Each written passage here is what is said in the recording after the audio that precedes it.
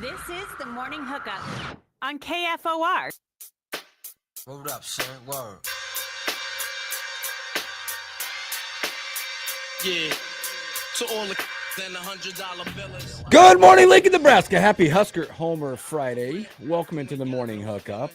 Yo, looks, YZ. What's up, everybody? Happy Friday. It's a sweet hat you're wearing. I appreciate it.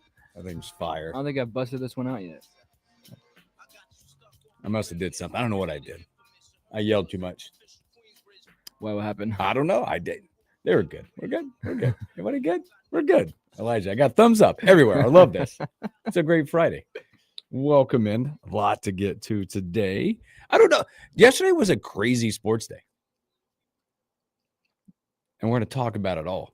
Thursday night football. I don't know what I witnessed. So many takeaways from that game. Baseball. My goodness. I don't know what I saw last night. I couldn't unwatch it. In a game that was a weird game.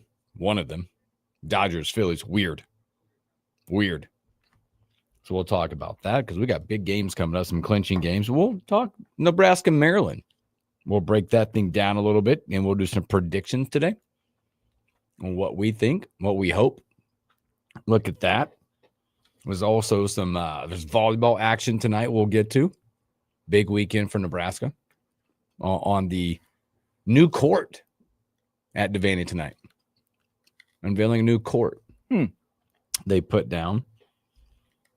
Didn't even know that was a thing. Yeah. Trek Flex something. It's a cool design. Nebraska's doing it right now, by the way. Like when you look at court designs, they usually mess them up of some sorts. But they unveiled, the new basketball court. Looks great with her being the outline of the state. That was sweet. Volleyball, have added some new elements to theirs. Pretty cool. You look at that, really cool stuff there. So we got a whole lot of you guys to hang out with today. Thanks for hanging out with us on a Friday. No Dr. Dane Todd today. He is with the team the next 2 Fridays. He's on the road. So no Dr. Dane Todd. We'll have Jeff Moats as well. High school football updates. Good game last night. Elijah will be in here with us in a little bit. He did the game last night, so we'll get his take on Columbus and East last night. Him and Justice did that game. We'll look at that. Good morning, right? Good morning, Kobe. He had a question for you. Yeah, he's starting early. Yeah. Kobe. It was a whole thing yesterday. There was spiciness yesterday on the chat. Not with us. They were going at each other. It was fun. Ooh, Justice and... No, Kobe and Greg, back and forth. It was kind of fun. Oh, wow. It was fun. Kobe said a lot of other fans, like Red Sox fans, have gone out and got Blue Jays hats. I don't know. And defected a little bit, and it got going back and forth. Then we got on food again and sauerkraut. I don't know. It went awry. It took off. Yeah, it's kind of turning into a cooking show a little bit. It was fun. It was fun. So, again, we'll have some fun today, a whole lot of that. Also, by the way, 2 more chances for us on the show today to win $2,000. You can go to kfornow.com and put the keyword in. Right now, it's mummy, M-U-M-M-Y. Why not give it a chance? Why not give it a chance? You never know. For fun. Why not? Also, I got my youngest is in town. Not in town. He's in studio. Like he got shipped in from somewhere. He's hanging out. Tanner's hanging out with us today. Playing hooky from school today or what? Fall break. Yeah. Fall break. You go through you don't know, but we went through the song and dance of hearing how great our kids are at parent-teacher conferences. Shout out teachers. You guys do a great job. We appreciate you so much. He's sitting over there shaking his head. Appreciate you so much for what you do. Pretty much raising these kids for 8 hours a day. Mm-hmm. Also giving the parents a break 8 hours a day, Monday through Friday. That's what we do. So good, man. Last Thursday night football, I was not interested in it for a while. The only reason I was interested in it is on our good friend Robin Washit. HuskerOnline.com. He's got to be feeling good. Boy, he had a great weekend of sports. All that stuff. But this game, there's so many takeaways from this game when you look at it. One, let's talk about the positive side here. Giants get it done in a big way, 34-17. what can be said about that rookie new core group they got? Jackson Dart, 17 to 25, 195 and a tutty through the air. Also rushed for like almost 60 last night. Another tutty. Cam Scadaboo. That guy is a madman. Madman. 2 yards short. He had 98, 3 touchdowns. I don't mean this to be rude, but he might have a few screws loose upstairs. I don't know what's going on. But you know what? I'm here for all of it. He does not care who's in the hole or what's coming after him. No, Zach Bond felt it last night. Oh yeah. One of the all-pro linebacker got boosh. And he's been doing that since high school. There's every time Cam Scadaboo plays, there's a clip that comes out of him playing in high school of him just dragging defenders. And then he goes to some. He didn't get recruited out of high school. No, but then he goes to some small school. Then he goes to Arizona State, and that's where he really got his name out there. Man, that guy. I was talking to Nick and I were talking this morning. And he's a smaller scale Marshawn Lynch, isn't he? Yeah. I hope it's not the case. The dude is so grounded. You hear his interviews last night. By the way, him and Fitzy tore off the shirts last night. Okay, I get you. Enjoy your moment. But he just runs with not a care in the world. But he's grounded. Yeah. You know, talking to him last night about celebrating. He's like, I'll just probably be at home hanging out, locked in, playing some video games, enjoying the moment. He's just a football guy. Just a dude. Yeah. I just hope that it's not a shorter career. Those hits will take tolls. Oh, yeah. They will. Jackson Dart also, by the way, electric, fun to watch. I also hope for him that he learns how to maybe either slide or not take as many hits from the quarterback spot, because that could be a shorter time, or he's just hurt all the time, dinged up. But it is fun to watch that team. You could see they are built for New York, both of those guys. Jackson Dart maybe for the limelight and his play. Scadaboo for his workman athleticism approach. Fun to watch. That's a good nucleus they got. And they did that without their star receiver too. Imagine a couple of them. You don't have Neighbors or Slayton. And by the way, shout out Wan'Dale Robinson, former Husker. He was the beneficiary last night of those guys being out. 7 targets, 6 catches, 84, and a tutty for him as well. Now to the other side. Oh boy, there's so many issues over there. So many. First of all, they made a valiant effort and a concerted effort to have him throw the football, the football last night. 33 times, 24 completions, 283 a touch, and a bad interception. It was over at that point. Inside that throw's got to be outside. It went inside. He held himself accountable. But Barkley 12 touches again last night. Yep. Makes no sense. Makes 0 sense. And I wanted to throw up last night. I couldn't unwatch.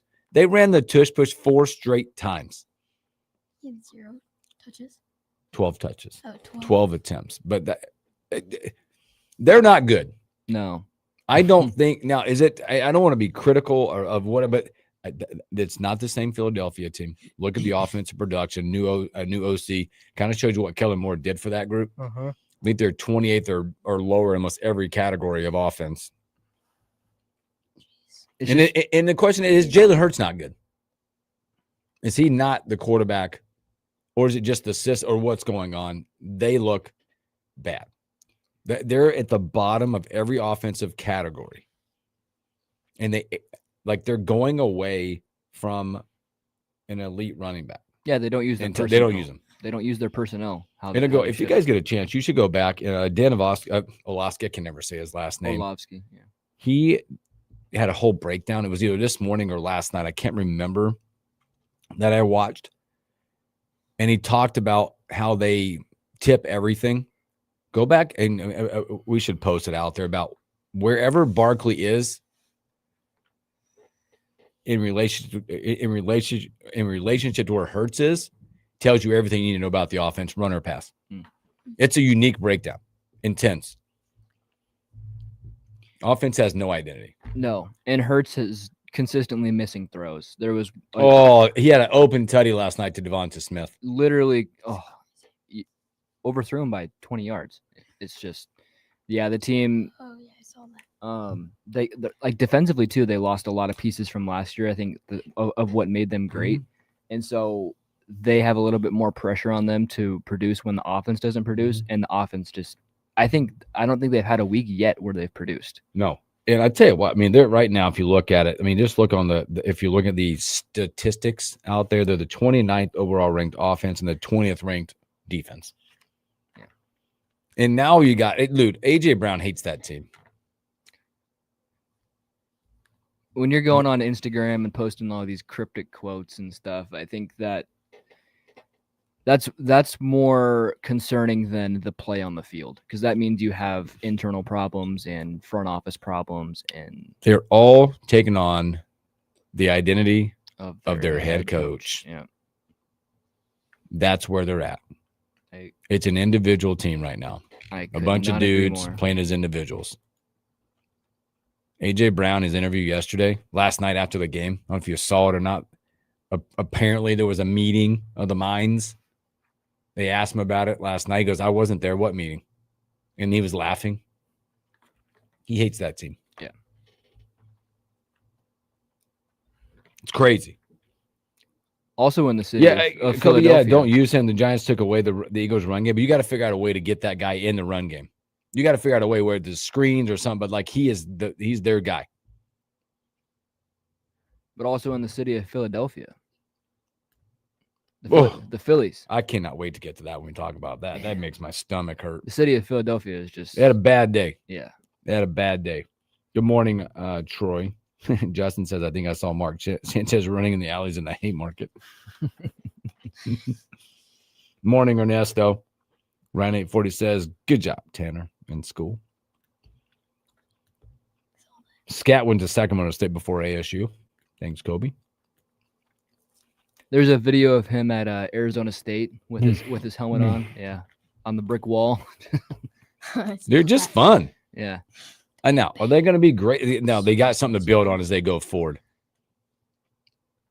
The Eagles have, I think the Eagles have more questions than answers right now. It'll be interesting going forward on what that looks like, because now they are what? Are they 4-2? Mm-hmm. The question being is, will this be the team that started? You know, remember, was it a few years back? They started 10-1, fell apart. Now is that 23, and then in 24, slow start, and it turned around? That's the question. I think they're a fake team. I think they're a fugazi. They're 4-2, but that's not a 4-2 football team. I don't know. Here's what they got coming up now. Let's see what that means for them. Boy, not an easy stretch if you're an Eagles fan. You go to Minnesota. You got to play those Giants again at home. Then you get your bye week, first week of November. Packers, Lions, Cowboys, Bears. Eesh. Don't know what it means, but they got to find a quick way to turn it around. Robin Washington, I'm happy for you. Whew. Crazy. The Korean teen Caucasians are exciting. Jeez. Exciting whites. Kirby said the Eagles went down early and the Giants stopped the run. Saquon had 12 to 50 yards. He couldn't do anything on the ground after that first drive of the game. I know, but you got to find a way. That team, that quarterback is not, in my opinion, is not good enough to become one-dimensional. It's not like they were. He's not the guy can sit back. I mean, he had 24 or 33, fine. But that's not a good. The balance is way off in that offense. And yes, they did take it away, but you got to find a way. It's not like they were out of the game and could just completely abandon the run game. You know, they were down 10, and then they even brought it back into like a 4-point. They were winning the game 17-13. Yeah, you can still. I think that's an offensive coordinator decision to abandon the run game, and they shouldn't have. It's simple. They shouldn't have. I'm hoping what we saw is the fact that that's what happens on Saturday. Maryland abandons whatever they're going to abandon, and we just whoop them. It hurts, sucks. I know. I tried not to say that, but I agree. His QBR was 31.1. Kobe, thank you. Hurts is worse than Rattler if he doesn't have a game. Wow. Things are like there's a trend line, and the Eagles are trending down right now. Now they're 4-2. They're the defending champions. I don't know. Boy. Justin, I don't know the answer to that. Who would win between Bo Pelini and Cam Scattaboo in a steel cage match? Oof. That's a great question. That's a great question. Thank you. I agree. Maryland is having a run game to abandon, but I hope they sit back there and don't run it, and we just pick them apart when they're trying to throw the football. They will come back. They're going to be the one. So we'll get to this. Here's my – let's take a break. All right? We're going to come back, and we're going to break that down. And here's what I hope. Here's what I could see happening. We'll get your opinion, our opinion, and a whole lot more when we return.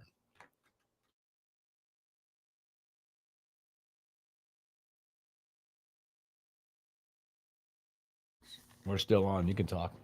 What's up? The people on the chat are listening to you. My headphones get cutting out. Yeah, those ones are a little funky. When you're the new guy, it's all you get. It's like sometimes I could hear you, and sometimes I just heard your actual just voice. And I better not be getting sick, Hooks.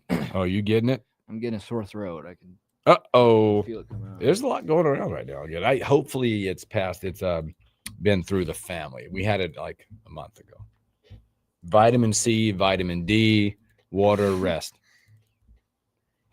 Tanner's laughing because that's what we dose him up with. And tell him to get over it. Right? Mm-hmm. Don't be what? Sick. It's another S word. Don't be what? What I don't call know. you? Don't be what? I don't know. Soft. Oh. Got $1 million smile, but I got an idea about that 5-cent head of yours. It's like you're receding one. What? Not receding. Thank you, right? Before he said soft, he knew where I was going. I don't have a receding hairline. I have a gray head. Just take off the hat then. We don't do that on the radio, Hooks. I thought. Oh man, my eye.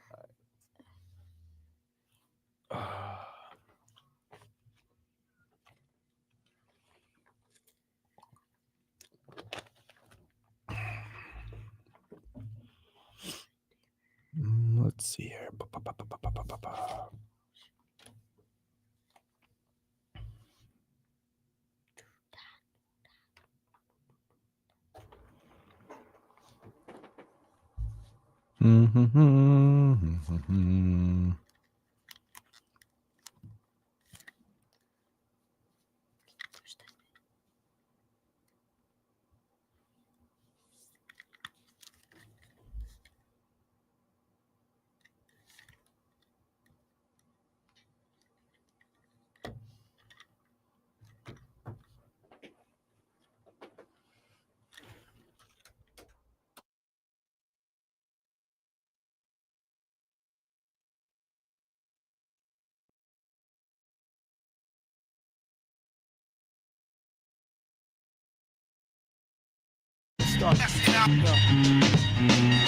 Rappers are monkey flipping with the funky rhythm I be kicking. Musician, inflicting composition of pain. I'm like. Welcome back to the morning hookup. Happy Husker Homer Friday.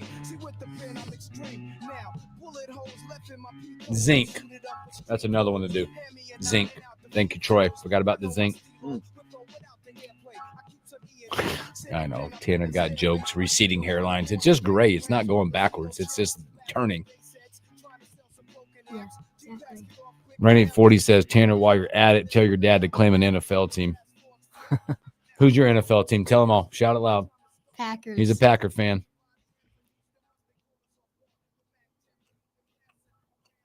He has been since, I don't know. I don't know how he got there. Troy says, Tanner must be a puke basketball fan if he's that cool. You like Duke? No. Puke? Puke. Yeah, thank you. He's been brainwashed enough. He knows better. Yeah, he knows that there's certain things if he even decides to cheer for that team. Except North Carolina. Like he gets cut out of a lot of stuff. Tanner, you're sleeping outside tonight. Yeah. Yeah. Too bad. There's certain things that happen. What is going to happen tomorrow, 2:30? Nebraska, Maryland. Yeah, they're cooked. Ooh, Tanner said Maryland's cooked. No, I said we are. We think we're cooked? No, we're not. We're Nah, not. So what I was know. talking about Honestly, before. I think it's just gonna be a close game, like 28-21. Oh, We he's win. already throwing scores out there. Just the thought, what I was thinking, we were talking about yesterday, about just the first segment about Philadelphia abandoning what they need to do. Maryland does not run the football well at all. They just don't do it. They have not ran the football well. They don't do it well, and they don't want to run the football. And their quarterback, 95% of the time, does not want to run the football either. Mm-hmm. He wants to sit back in the pocket, pick you apart with a couple good receivers. Okay. I could see, I think typically coaches, when you hear that, will go, all right, we got to run the football. Maryland is going to give it the effort tomorrow to try to win the trenches up front. They just are on offense. They're going to try to go after and run the football. Pep Hamilton, they've heard a lot about this guy. Are they going to do it? Nebraska needs to make sure that they just shut it down quick, because that team, that squad, like any other coach, will just shut it down. Yeah. And then hopefully that will play into our strength, which is our secondary and our coverages. With that, Nebraska needs to find a way to continue what they did last week against Michigan State to this week against Maryland of getting pressure on the quarterback. I'm not telling you anything from the fan perspective that you don't already know, right? Win the trenches on defense. Yep. Get to the quarterback. Doesn't have to relate to sacks. Maybe just knock him off and get him pressure. But yeah, we'd like some sacks or for some negative plays to get him behind the sticks. But just affect him a little bit. Yeah. Yes. Make him shiver in his boots. I think the average of a quarterback that's pressured in the country is like 40% completion rate. That's it. I think if they're going to come out and want to throw the ball 50 times, you have to do it. Yeah, please go ahead. That helps us, I believe. Yeah, but you still have to throw them off their game a little bit. I think you could still throw a lot of different wrinkles in there. Cam Lenhart, big game last week. Woo. Look for him to have another good performance. Deshaun McCullough, affect the game in multiple ways. I think these young guys are just getting some momentum now, some confidence. Mm-hmm. The bye week really helped them. Can they do it back-to-back times? I do think this would be a game, if you can shut down the run, cause some disruption in the process. He's going to throw for over 200 probably. But if he throws over 200 and they rush for 80, you're going to win the football game. I agree. If you can be effective and keep Dylan clean too. Flip side, what does that look like on the offensive side? How does Nebraska counteract their pass rush attack? They have 19 sacks on the year. What kind of defense do they play? Michigan State, you look back last week, and it looked like Michigan State, they came out and said, we played a lot more man than we usually play. We took away Dylan's first read every play. Mm-hmm. Because percentages go down as you start looking around. I think too, like, you ever heard the saying, men lie, women lie, numbers don't? I think sometimes looking at obviously you want to look at stats as like a reference and things like that, but Michigan State came into the game last week with the lowest big pressure rate in the Big Ten. Mm-hmm. Maryland coming into this week with the most sacks in the Big Ten. I think it just comes down to schematics and Mm-hmm. and scheming different things up to keep Dylan safe, and also guys executing. I saw there was a couple times last week where Emmett missed some chip blocks, or he doesn't do that great. No, which we got to get better at that. And I think I agree with you about the whole one read thing. I think Dylan's going to have to do a lot better of going through progressions and not just looking at one read and getting the ball out to getting the ball out quicker, and also making better reads in general. It'll also be interesting as we move through this, what weather effect is going to be. Yeah, if you follow the forecast as of right now, it looks like around game time, it's going to be cloudy. 68 degrees for a high, somewhere in the 68 to 70 degrees. Second half, there's a 50% chance of showers in the second half of this football game. Yeah. It eerily similar of 2019 when I went. Beautiful start to the day, cloudy, 70 degrees. Second half, it was raining. Nebraska, I don't know who that you would think in a weather situation it would help Nebraska because they don't want to run the football on the other side. Yeah. Hi, Elijah. How are we doing? My mic, there it is. Is my mic on? There it is. There it is. We're having Now you spicy can- moments already. What does that mean? My kid. I don't over want to here. ask. My kid over here. Stuck in Maryland, huh? We're talking about it. So we're just, I mean, again, stuff we've talked about before already about what Nebraska needs to do defensively, pressure the quarterback. I anticipate Maryland. They've been talking about how everybody's been telling me how they can't run the football. I anticipate them trying to run the football just to make it known that we can run the football approach. Pressure on the quarterback, stop the run, make them just go to pass because that's what they want to do. 95% of the time, that quarterback, Washington, just wants to sit back there and try to throw it, which is into our strength. And the big thing with running the football for Maryland is it forces Nebraska pre-snap to be a little more genuine with what look they're going to show. If Nebraska doesn't respect Maryland's ability to run the football, with that experienced secondary and some of those linebackers, John Butler can get pretty exotic with some of his pre-snap looks, try to confuse a quarterback. You can overload a side. You can get see how interesting things have gotten for Nebraska on 3rd and long this season with what they're doing with their defensive line pre-snap, some of those stunts post-snap. If you can't run the football, it opens all that up for Nebraska. That's the importance of Maryland for running the football. That being said, they're the worst team in the Big Ten, and I think they're like 120th in the FBS in running the football. They're rough. Now, Wisconsin's a good stopping the run football team. You have Washington, who I think might be a little better than Nebraska in stopping the run. They did a decent job bottling up Ohio State. But that's still not Maryland's bread and butter. It's not who they are. It's who they will fake it till they make it tomorrow if they have to for a little bit. On offensively, I think more like you feel good about what Nebraska might be able to do on the defensive side.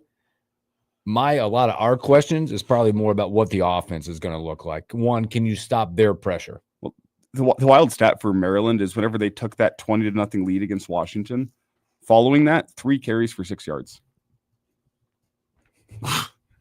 With a 20-point lead in the fourth quarter. Wow. 3 carries, 6 yards. It reminded me of the Eagles Broncos when the Eagles had a lead and Saquon got 12 touches. This whole conversation started with the going away from what you're good at with last night's Thursday night football game.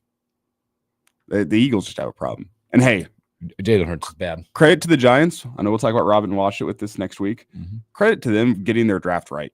They did. Well, and I mean, you got Jackson Dart. You were right there. I still think Abdul Carter can be pretty good. Dude, he was getting some pressures last night, and then too. Getting Scadaboo in the 3rd round of the NFL draft. That is the type of draft that can save a GM. I brought this up, and I agree to what you're saying, and we'll get back to Maryland and Nebraska. We got a lot of time to talk about that, but you hope that window is not so short because of the way those two play football. Because if it's anyway, I love how they play it, but I could see Jackson Dart being on every injury report his entire career. Just ankle this dinged up, and Scadaboo might have like a 5-year career. I'm not sure Scotty would mix it to a second contract, but it's going to be fun up until that point. Until then, because Zach Bond felt it last night. Well, and have you guys seen Scadaboo's like neck muscles? Oh gosh, that is one of the biggest things that helps prevent concussions. We worked on this back in the days. We had like neck strengthening exercises to help with concussions because if you have a really firm neck, your head doesn't bounce around as much, and it like helps with ones that concussions. you can't wear a tie around. He has the neck of a pit bull. His neck is thicker than his head. That might save him. Why is he said he might not be all there? Oh, have you seen this story from ESPN where they talked to his teammates about playing with him?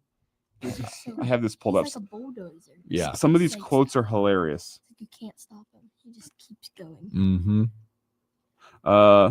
They should call him the human bulldozer. From a wide receiver on the team, he blurts out anything. You don't know. Sometimes it's right, sometimes it's wrong, but it's always going to be loud. That's pretty much him in any meeting we have. He's going to say something. He's learning, though. He's awesome. He's as genuine as they come, but he's genuinely an idiot. Perfect. But they say like lovingly, you're Tyrone Tracy. He might be wrong, but he'll just yell it out and everyone looks at him like, bro, what do you want me to do? It's nothing crazy. It's just he's always yelling. Daniel Bellinger. Our job. So first time at a special teams meeting, he asked, "What's our job?" Our job is to play with speed to get off the ball. And this animal just screams physicality. It makes no sense. He just yells things out. No filter at all. Did you see him last night when they had put Dart in the tent? Did you see I missed what that. he did? He walked into the tent. They had to push him out of the tent. He literally walked over there. Hey, what are you guys doing in here? And then so did their head coach. Dable, yeah. There was like a conversation between Dable and the head trainer, the doctor. He's like, dude, I need to know if he's back or not because I'm thinking about going on at fourth down, but I can't do it. Well, Boy, did you see Russ Wilson get in the game last night? He got booed. One pass and he gets came out booed and threw off the one field. pass and he threw it straight into the ground. Dabo was like, I don't care. Is he coming back because we're going to go for it on fourth down? Yeah, He's not my quarterback. He did apologize because they were doing the right things last night for him and the protocol. And one of the things that we talked about before Dart got the start was you have to be careful as a coaching staff that, hey, once you let the cat out of the bag, once you let Jackson Dart on the field, you're not getting that cat back in the bag. No, he's out. He's gone. I think the Giants are fine with that.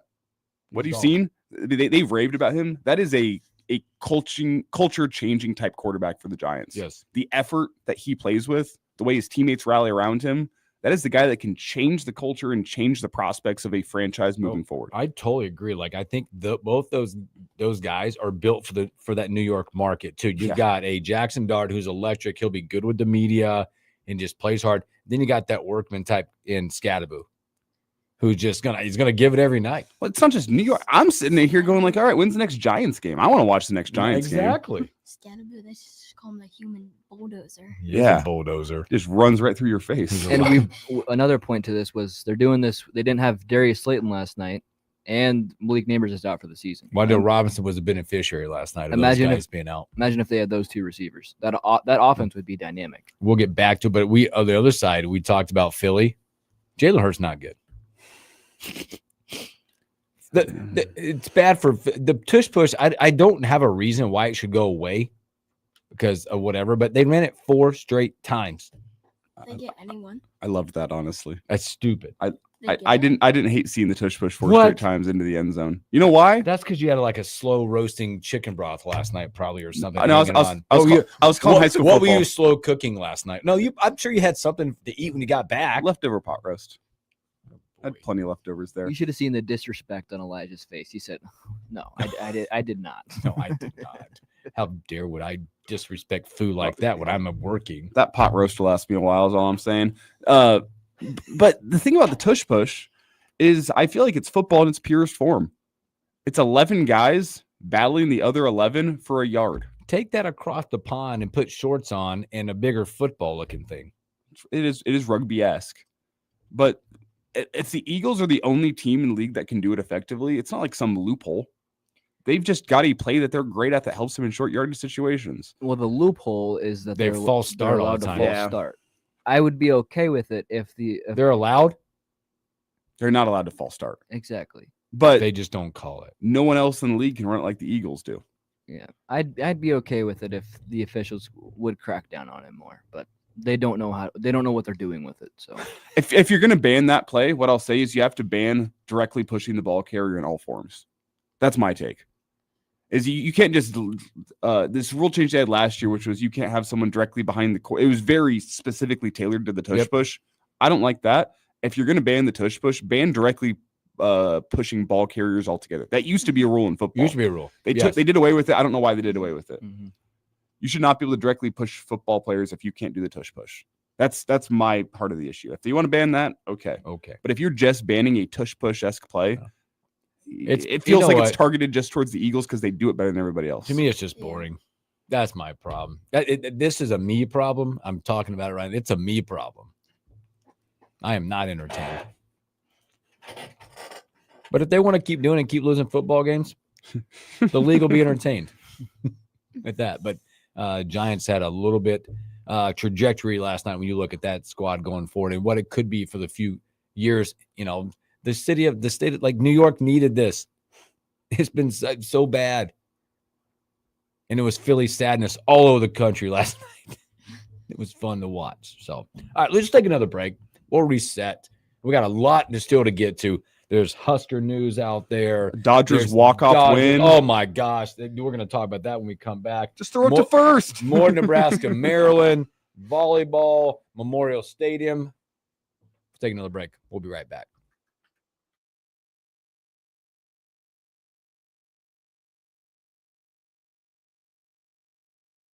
Tourette syndrome. Justin said Russell was Brucey from the longest yard last night. Yes.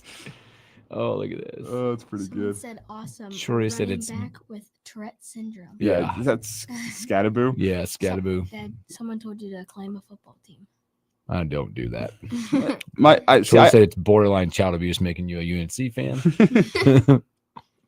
I have a roommate. Darren's his name. He doesn't have a pro football team. He watches it all with enjoyment. Nebraska's his football team. That's a fair place. What's wrong with that? Whenever I first started living with them, I was like, this is crazy. You need a football team. The more I live with it, the more. If you actually can go and appreciate all the teams from the NFL and enjoy some players, that's what he's a fan of players. I like that. See, that's me. Again, I always tell people, like, claim a team. But here's the deal. I grew up in Charlotte, North Carolina. Why are you not a Panthers fan? I graduated like their first year, I believe, in that world, and they weren't even in town. They played all their games in South Carolina at that time. Greg said, "Don't And forget honestly, banana to be ball." quite honest with you, where I grew up, I'm a huge college basketball fan. Again, I'm a Tar Heel fan, yes, through and through. But I could turn college basketball on, except for puke, on any TV, and I'll watch it. Now I've grown into being a football fan too. More college. Greg says, don't forget banana ball. Oh yeah, we're talking it. I I know you're gonna get some hot takes from the two of you. Entertainment. Are you not entertained? There's just some things they've taken too far. We'll get into this. What? I love banana ball. I think it's One of my hilarious. coaches texted me. He's an Eagles fan. He said that was entirely way too much Eagles talk today, jerk. you know Corey Hooks. Oh yeah. Yeah. They suck. They're Sorry, I'm just stinky. kidding. They were really good last year.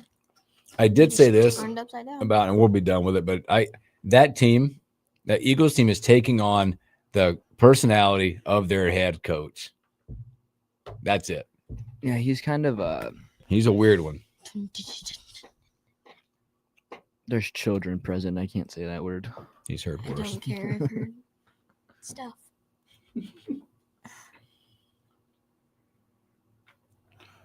That is interesting. Yeah, I don't know. Whatever. We're done talking that. We're gonna come back and talk baseball and why Banana ball professionals can't know what the situation is. and how the Yankees are. Yeah, there you go, Tanner. Yeah, I like this kid. Well, I really can't be talking. I like the Angels. He's been an Angels fan forever, so he's Can't really be talking. Angels, Packers. Who's your basketball he team? understands his role. Like what? NBA? Uh-huh. No. I don't watch NBA. Yeah, boy. See, we're learning. We've been taught. NBA is so boring. Watch the Denver Nuggets.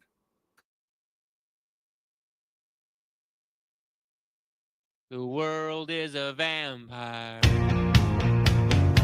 sent to drain. Secret to Welcome back in the morning hookup. A few moments left in a fast-moving first hour. Happy Husker Homework Friday. Thanks for hanging out with us.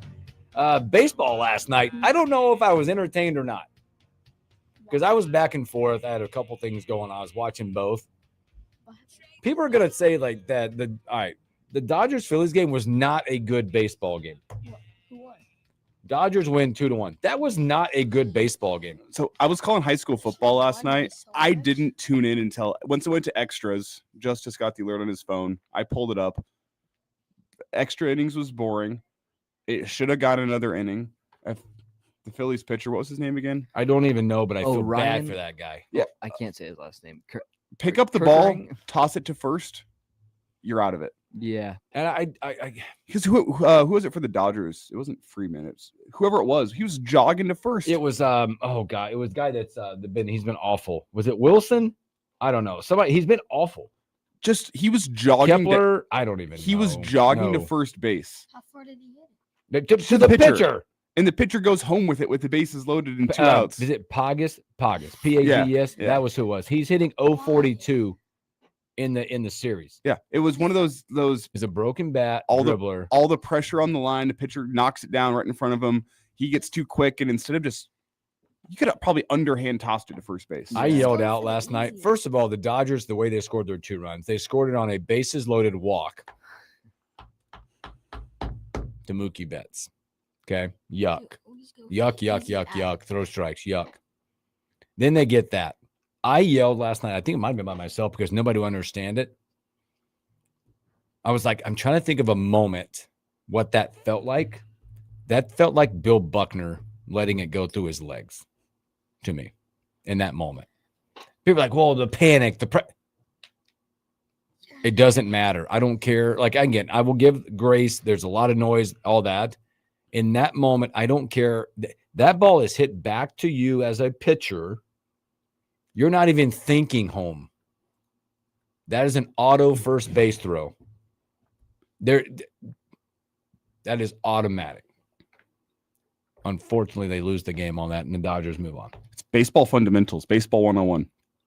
Like if you have 1 out, I go home. But Yes, if you have but 2 because you have outs, to. you just go for the easiest out. You don't.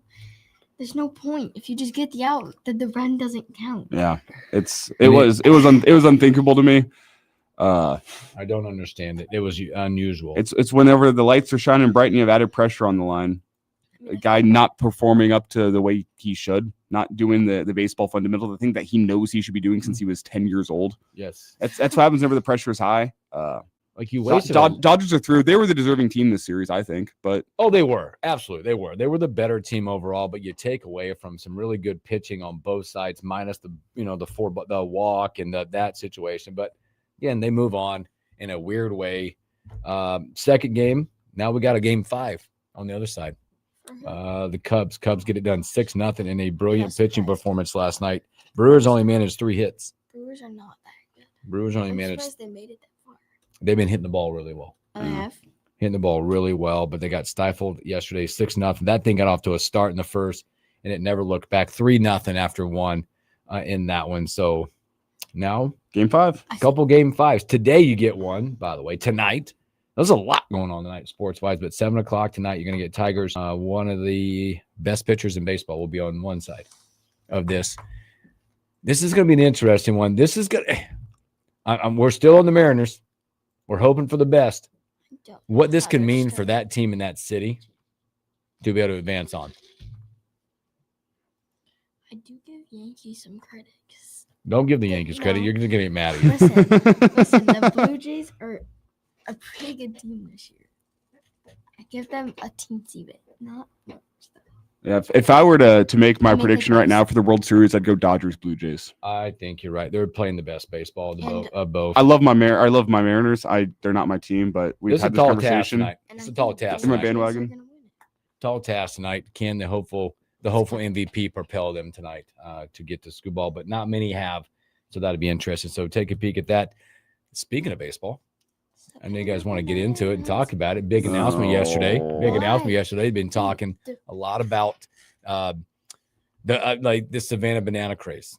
There's been a lot of talk about what Memorial Stadium is going to do, how they're going to keep bringing events, and it was announced yesterday.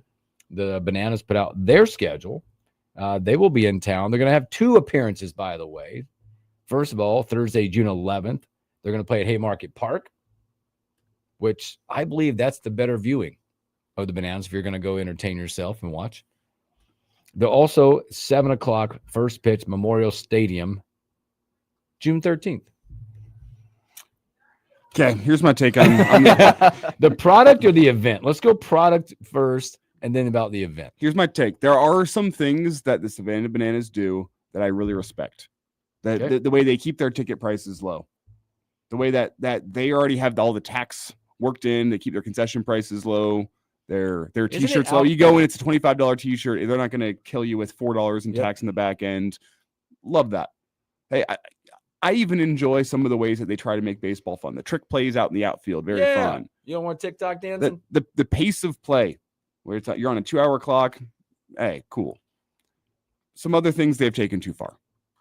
A twerking umpire is a disgrace to the game. Well, that's because you're an umpire. Absolute disgrace. I don't want to see you shaking your butt behind home plate before the pitch. Disgusting. I don't want to see that. the first base umpire doing backflips before he calls out and says, "Hey man, the dude is out by a mile. We don't need to be doing backflips here." Some of the TikTok dances before. It's for some people. It's not for me. There's just some things, some elements of the game that they have taken too far, and it makes me roll my eyes when I see it. They've created a very successful business for themselves. Yep. And they've done some things that I can understand why people like going and enjoying it. Man, it'd be great to go catch a foul ball and have it be caught for an out in the game. That's fun. Is it baseball? No, not at all. But is it fun? Sure. But just generally overall, it ain't baseball. You know who it appeals to? Yes. The kids. It's Yes. It's good for the kids, and I don't mind that. It's great entertainment. But will I be going? Will I be buying tickets and attending? Absolutely not. We're in the lottery already. No. Here's how you do it, by the way. They're going to be here at 7 o'clock. You can do it both. Again, event-wise, Memorial Stadium, I think they're going to nail this as they continue that. If you remember, they had Garth Brooks out there. The volleyball day in Nebraska. The record to see them, by the way, was at Clemson, 81,000. They're also going to be, I believe, at Kyle Field as well. Numbers are going to grow on that side. You have to join, by the way, the ticket lottery on this thing. And you can go everywhere to look. It's like bananaball.com. Something got to be in by October 30th. It's all random, by the way. Random drawing if you get to buy tickets for this. They start at $40. Larger venues and Major League Baseball, so they have a meet and greet. But I agree with what you're saying. They do keep the value down of a ticket so you can go and afford to eat, drink, whatever else. It's going to be a unique experience out there that I think a lot of what is your take on? I've heard a lot of criticisms on this, not just not the product, but the timing During the College World Series. Yeah, but it's kind of a weird, like Well, the 11th it isn't started, so that Haymarket Park, the 13th it's that first Saturday of this series. Are you going? Why would they do that? First of all, it makes too much. Of course they're doing it then, because we talk about all the time the amount of youth baseball players that make their way to Nebraska during that time of the year. It's the best time to have a game. And you're down the road in Lincoln. Not every single College World Series fan is going to every single game. Would I rather be at the College World Series the first Saturday? Absolutely. Yeah. I love the first Saturday of the College World Series. It's a great day for baseball. There's a lot of kids. They're going to be playing baseball here at the Sandhills Youth Global Complex in Lincoln that day. You're going to go catch a Savannah Bananas game that night. Awesome. I'm not opposed to the timing. I don't think the Savannah Bananas are going to take away from the attendance of the College World Series. No, because those are two different types. Two different events. You get to welcome back former Husker Kyle Perry. How do you guys feel about Eli? Do you like the stilts guy? Down stilts. See, you forgot the stilts guy. He's throwing you the questions. I think he's impressive. I could not hit a baseball on stilts. I think the backflip catch.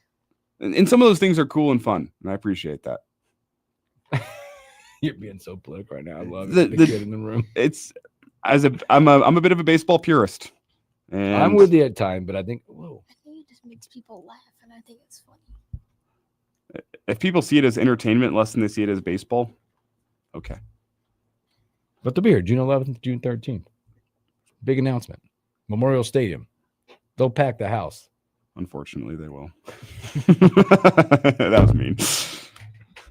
We have Banana Bowl Memorial Stadium before Bud Crawford. That's my biggest problem with it. It's just going to take too long for Bud. Bud's chilling. Bud will get a fight in next summer. So, yeah. Banana Ball. Big announcement. It's not baseball. It's Banana Ball. People can appreciate that. We're cool. It's mostly the dancing umpire, man. I know. I just was going to say that. I was thinking how to ask you that is how much of this or all of this has to do with the dancing umpire?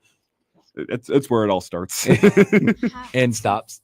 No, there's some other issue. The dancing umpire, it's a disgrace to umpiring. It's a disgrace to umpiring. He's your traditionalist. He's an umpire. Strike. The game's not about you, man. You're the umpire.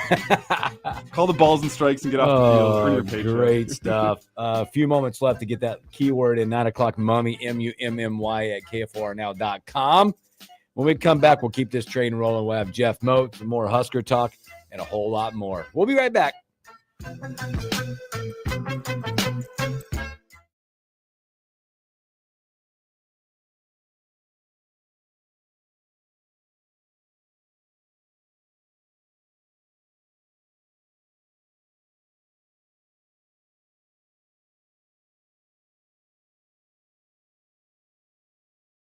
app that gives you cash back every time you get gas. That's right. You can earn real cash back with Upside just by buying the gas you're already buying. You can literally start earning cash back today. I use Upside every time I fill up, and I've already made around $300. You're putting gas in your car anyway. Why not get real cash back? If you like free money, download Upside. I'm saving the cash I earn from using Upside to help pay for a vacation later this year. Download the free Upside app now to earn cash back every time you buy gas. Use promo code CLEAN to get an extra 25 cents per gallon on your first tank. You can cash out anytime right to your bank, PayPal, or a gift card for Amazon and other brands. Just download the free Upside app and use promo code CLEAN for a 25 cents per gallon bonus on your first tank. That's code CLEAN for a 25 cents per gallon bonus. Let's go! You're still glowing, flirting, grooving. You've still got it. But your immune system weakens as you age, making it harder to fight flu, pneumococcal pneumonia, RSV, and COVID-19. Vaccines are a key part of any health routine and help strengthen your immune response. Ask your doctor or pharmacist which vaccines you need. Schedule in minutes at vaxassist.com. Sponsored by Pfizer. Here's what everyone is talking about today. The DOJ levels bank fraud charges against the New York Attorney General that got Trump convicted, Letitia James. The Gaza ceasefire goes into effect, and now the world waits for the hostages' release. UNL professors are fearing over $27 million in budget cuts that could eliminate 6 departments. You'll know everything when you stay connected. News that affects you. On air and on demand. FM 101.5, 1240 AM, KFOR. What are you doing every day to support your liver? If you enjoy sweets, fast food, alcohol, or take any medications, that's a vital question to ask. Hi, I'm Sherry Torkas, pharmacist and health author. Supporting your liver isn't just a wellness trend, it's a daily essential. That's why I recommend Active Liver by New Nordic. Protect your liver and give it the support that it deserves by making Active Liver from New Nordic part of your daily wellness routine. Find Active Liver in stores at your local CVS, Meijer Grocery, or online at Amazon or NewNordicUSA.com. This is where it happens. Long hikes with friends, kayaking adventures with family, more horseback riding, zipline gliding, rock face climbing, hammock camping fun than you could ever imagine. And it's all outdoors, amongst the trees and across the prairie, here beneath Nebraska skies. Plan an outing today at yournebraskaadventure.com. Sponsored by Nebraska Game and Parks, aired with the Nebraska Broadcasters Association and this station. Caregiving is more than just a job. It's my calling. As an LPN at Legacy Retirement Communities, I get to make a real, lasting difference in the lives of others every single day. It's not just about providing care. It's about creating meaningful connections, offering comfort, and being there when people need it most. At Legacy Retirement Communities, we truly understand the heart and soul behind caregiving. Here, I'm not just an employee, I'm part of a family and a team that values my skills, supports my growth, and respects my purpose. We work together to ensure every resident feels heard, loved, and cared for. If caregiving is your calling too, Legacy Retirement Communities is the place where you'll find the support and opportunities you need to grow and thrive. Join us at Legacy Retirement Communities. Apply today at careers.legacyretirement.com or call 402-417-7292. Legacy Retirement Communities. Your calling, our commitment. Lincoln's local news, talk, sports, and weather station. FM 101.5, 1240 AM, KFOR, and KFRX HD3, Lincoln.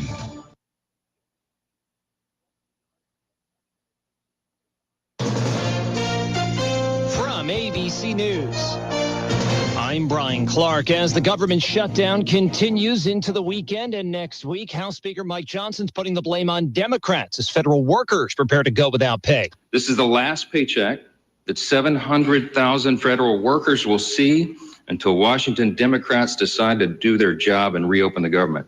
The shutdown is set to extend to next week, and that will cause members of the military to go unpaid October 15th.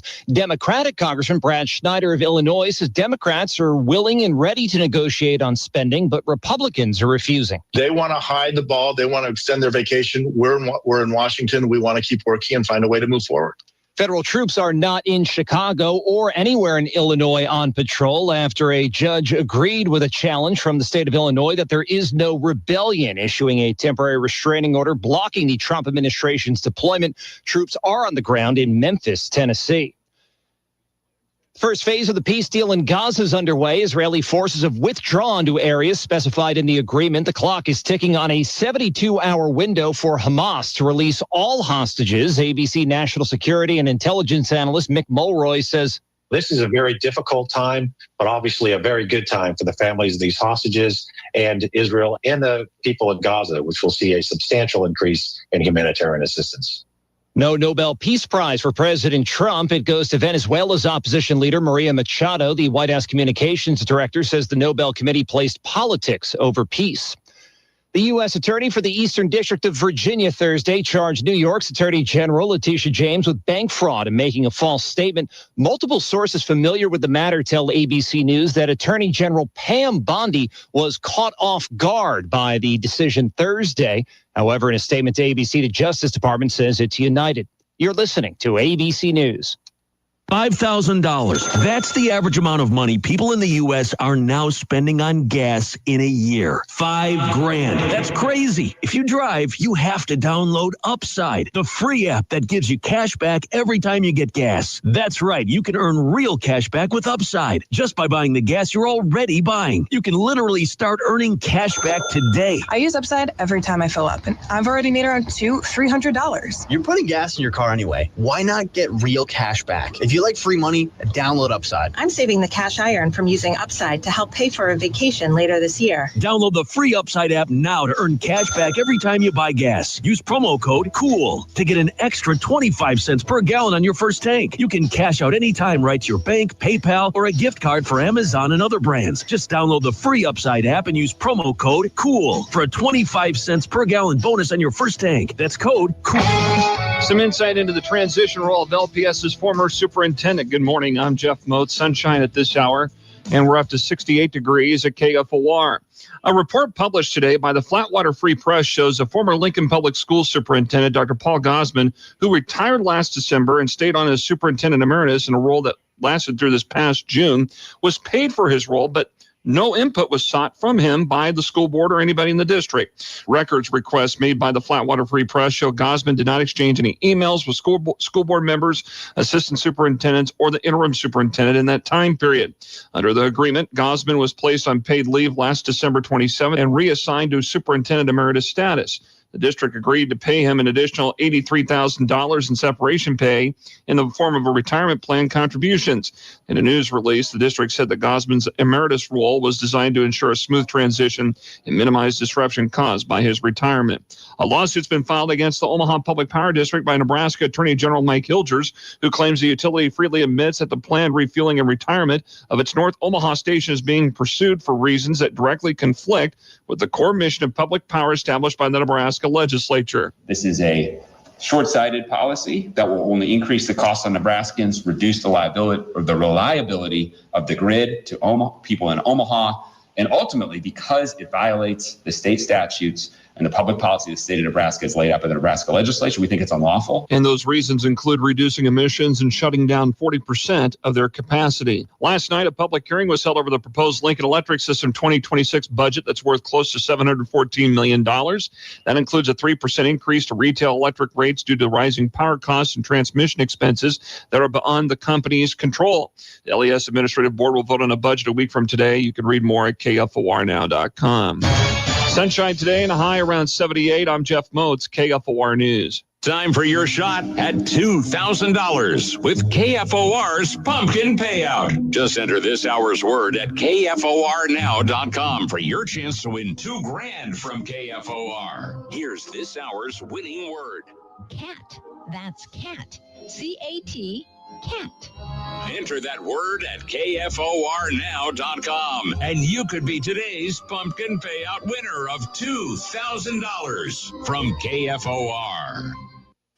With Fidelity Wealth Management, a dedicated advisor gets to know you and your goals to build a comprehensive plan to help grow and protect your wealth. Backed by a team of specialists, they'll analyze all your accounts, even the ones they don't manage, to keep an eye on taxes, and provide proactive portfolio insights that can help you unlock your wealth's full potential. Learn more at fidelity.com/wealth. Investment minimums apply.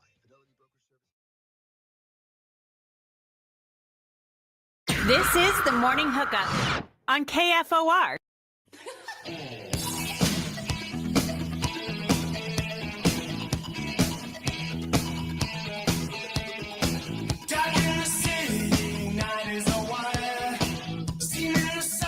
Welcome back into the Morning Hookup. Happy Husker Homer Friday. Yeah, good song. Good song. Got a good vibe on a Friday. Just hope it doesn't get ruined tomorrow.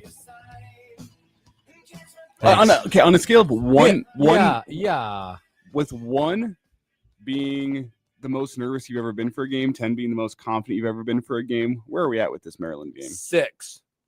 I'm at about 6.5. You knew he was going to do it. Sorry, guys. I was trying to avoid it. Yeah. I hate road games. Can't stand road games. It feels like it's going to be a sleepy environment, though. Maryland, the university's they're on fall break. The student section's not going to be as jumping as it maybe could be, which Maryland student section isn't very jumpy to begin with. A lot of things shut down in the area. I've heard there's a good amount of Husker fans in D.C. and that Eastern Seaboard that can make their way to that football game. I read something. The university said it was of all the away tickets that they get requests for, this was the biggest one of the year thus far. I mean, actually, the entire season. Yeah, a lot of Husker fans out in D.C. And Maryland's got a lot of tickets to sell to them. 50,000 seats, and they're lucky to get 20,000 in there. My goodness. And we'll. I know they sold out for Washington, but after you lose a game, that might hurt. That hurts. And then if you combine it with a loss, fall break, weather could play a factor in this game. Yeah, I got some fair weather action going on out there. The question is, to me, is how instilled is that play to the standard culture that Matt Rule's tried to instill? Because where I worry is if it's a sleepy game day in College Park, can that defense bring juice? A defense can bring juice even in a hostile road environment because it's loud. There's a lot of people there that are kind of against you. It kind of gives you that reason to play hard. A raucous environment hurts the offense more than the defense, but a sleepy environment hurts the defense more than an offense. Step slower, step low there. You're not playing on emotion. And the question always is on road games, does the defense travel? Will it travel like it does at home? Because you do get at home, get the crowd behind you and you're third down, all that. It'll be interesting on what part of this travels, what part of it does not. And again, what is that? What during the bye week did the culture piece they talked about getting to band the brothers and keeping it together does, like what you're talking about, does it go on the road with us? Well, and that's the bigger question to me. In Nebraska, in every game this year, even Michigan, who's harassing Dylan Raiola, even Michigan State, they had some moments. But when you look at it across 4 quarters from Nebraska's games this year, they've been able to pick up first downs and move the football. The issues have been backbreaking plays on first downs that derail a drive, first or second down, I should say, and red zone inefficiency. But other than that, Nebraska's done a good job moving the chains, getting the ball. I mean, they do a really good job moving the ball between the 20s. If Nebraska gets the ball on their own 25-yard line, I feel confident for the most part they're going to pick up a couple first downs and at least flip the field, if not get all the way down to the red zone and then fail to pick up a 4th and 1. Like that's been Nebraska so far this year. I feel confident that even despite Maryland's pass rushers, Nebraska's offense will be able to move the football. Will they be able to score in the red zone? That's a big question. Can they avoid backbreaking mistakes such as turnovers and sacks in key moments? We shall see. But they've been able to move the football well. Defensively, you haven't seen them play without the crowd behind them.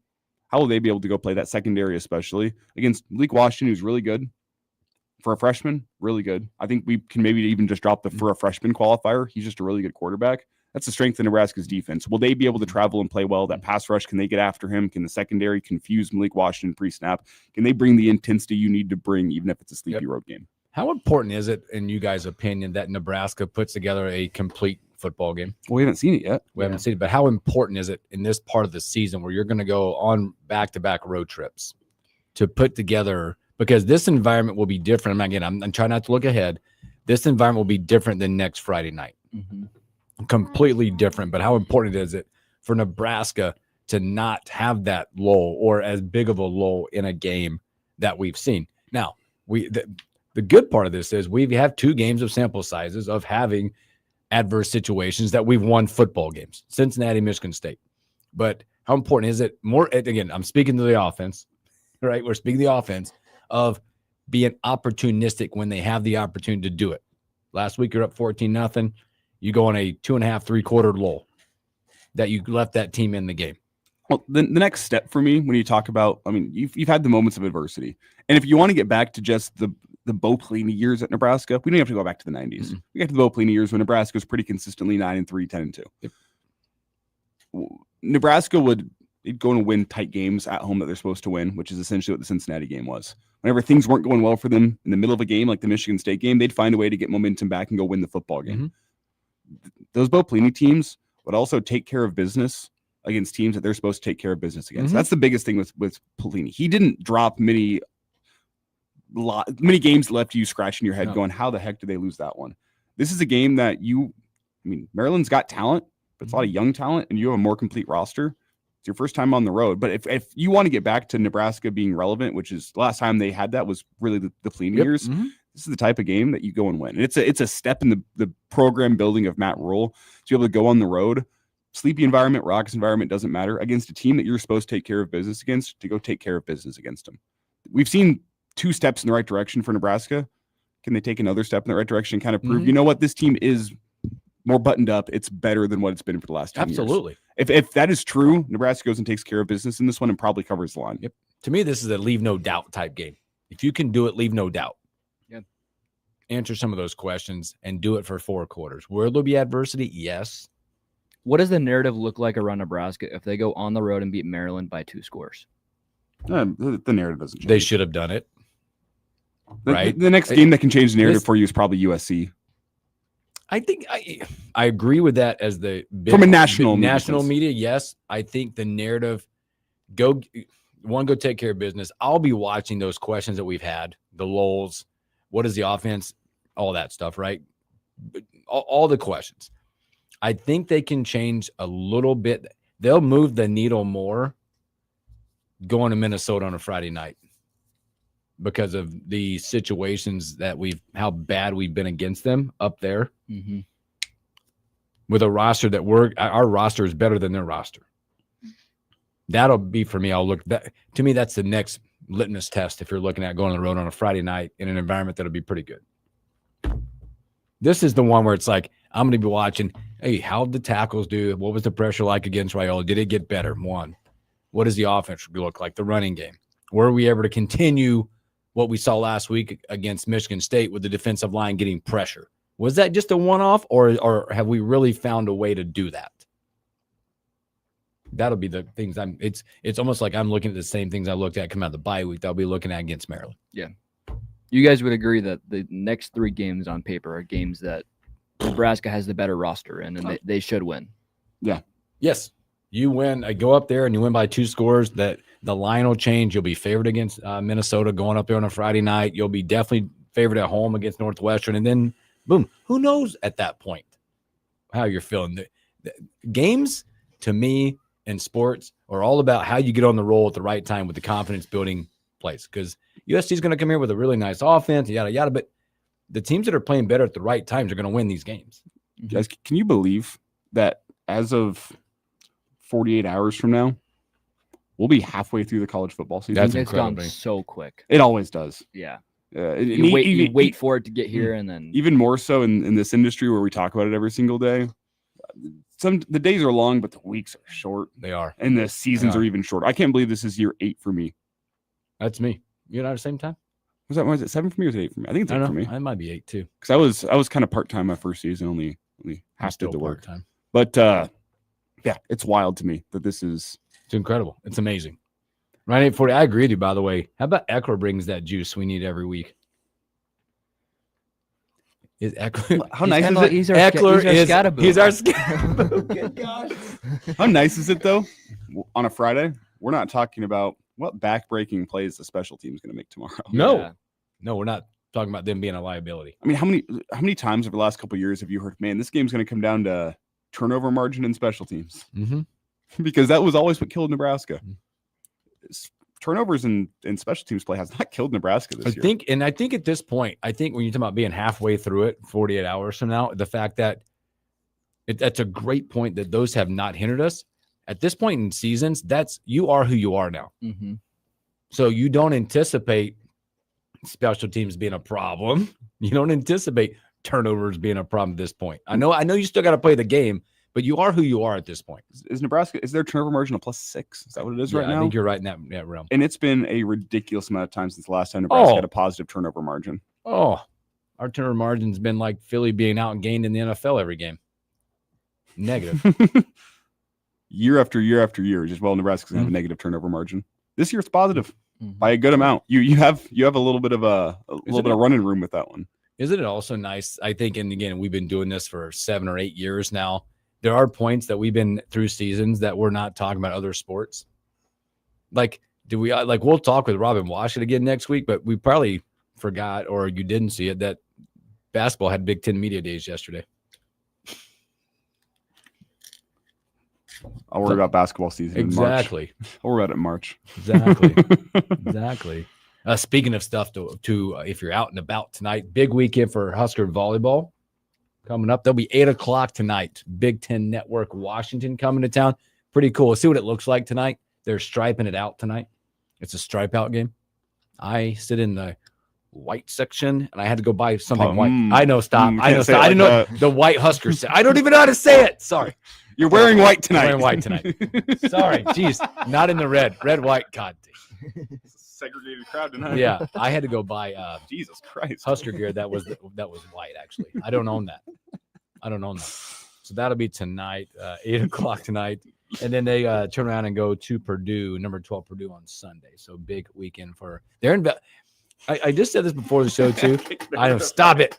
But Nebraska has done it right. A lot of these new court stuff that like universities and mess them up. Nebraska's done a great job with their new courts. You got the basketball floor that looks phenomenal with Herbie in the outline, and Nebraska volleyball are putting their new floor down tonight. Once you get natural grass, you think at some point Nebraska pulls out the state outline at Memorial Stadium? Once you can change up how the field looks every single week? Awesome. That'd be pretty cool. So many other things. Is tonight a later start than usual? 8 p.m. Yes, it feels like a Husker basketball game on a Tuesday night. 8:00. Yeah. Man. I don't know why. Is there something else going on downtown tonight? Well, Tate McRae was in Omaha last night. Is that right? Mm-hmm.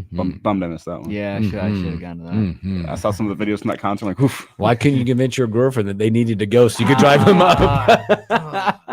It's not a concert you want to go to with your girlfriend. No. He's got to wear shades. Not now, babe. Not now, honey. Tate McRae's on stage. Can you stop? What are you looking at? Well, I'm at the concert. You can only focus on one thing at once, son. The concert. Really two things at once. Yeah. So, all right, let's take another break. When we come back, speaking of a guy that's electric, it's the Almanac, Jeff Moats.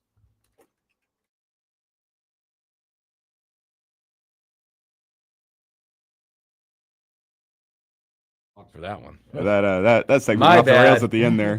Tate McRae in the whites only section. Man. Yikes.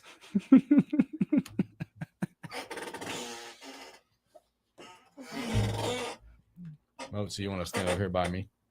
Let Moats get the chair. He's going to give you a chair, Moats. Kicking him out. Somebody's got the cologne going. He's a fresh. Oh my gosh. You never know what you're going to run into. The ladies on the road. Where are you? I sit here? Yeah. Okay. He'll stand up.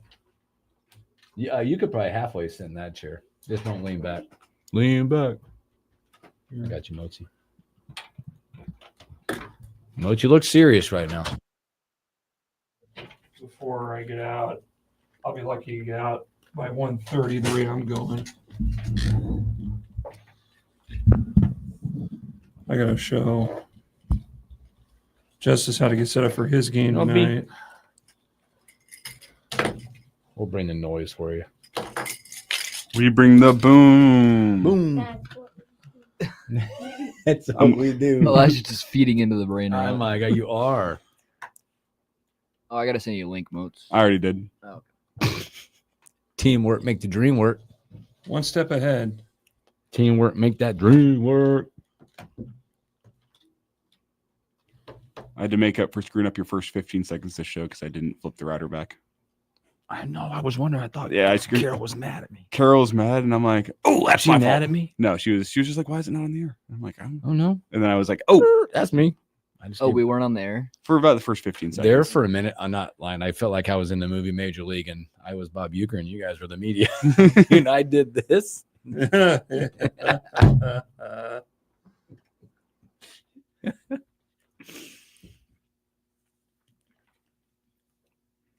Let's put these on the other side.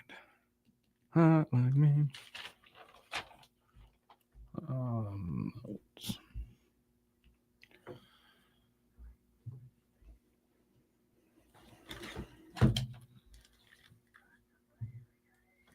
On the play of the girl. I have to move this console down a little bit because I look like a.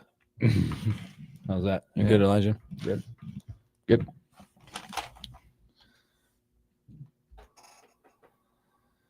Oh. We're going to talk about your game first, Elijah. What a game. What a game we had last night at Seacrest. That's the kind of game that makes high school football just it's worth it. All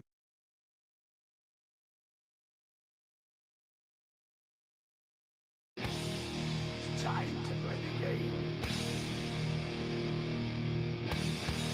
Time to play the game. Welcome back in the morning hookup.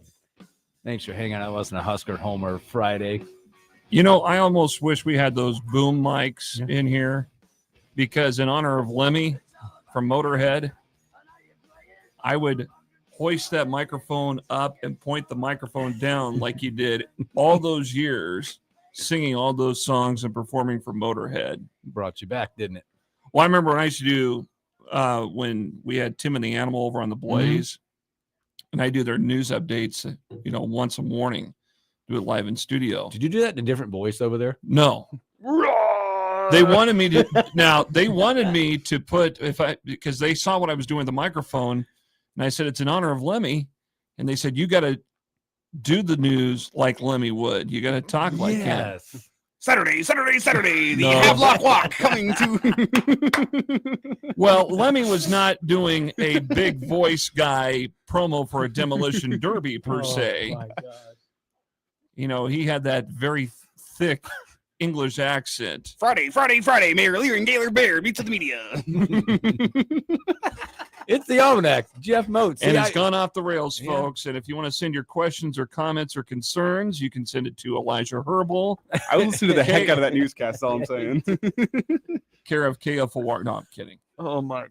This is so good. Yeah, it's only Friday, right, Well, fellas? it's a great Friday. We're just turning the frowns upside down today. Let's talk some high school. Reckless driver rampages through downtown Lincoln.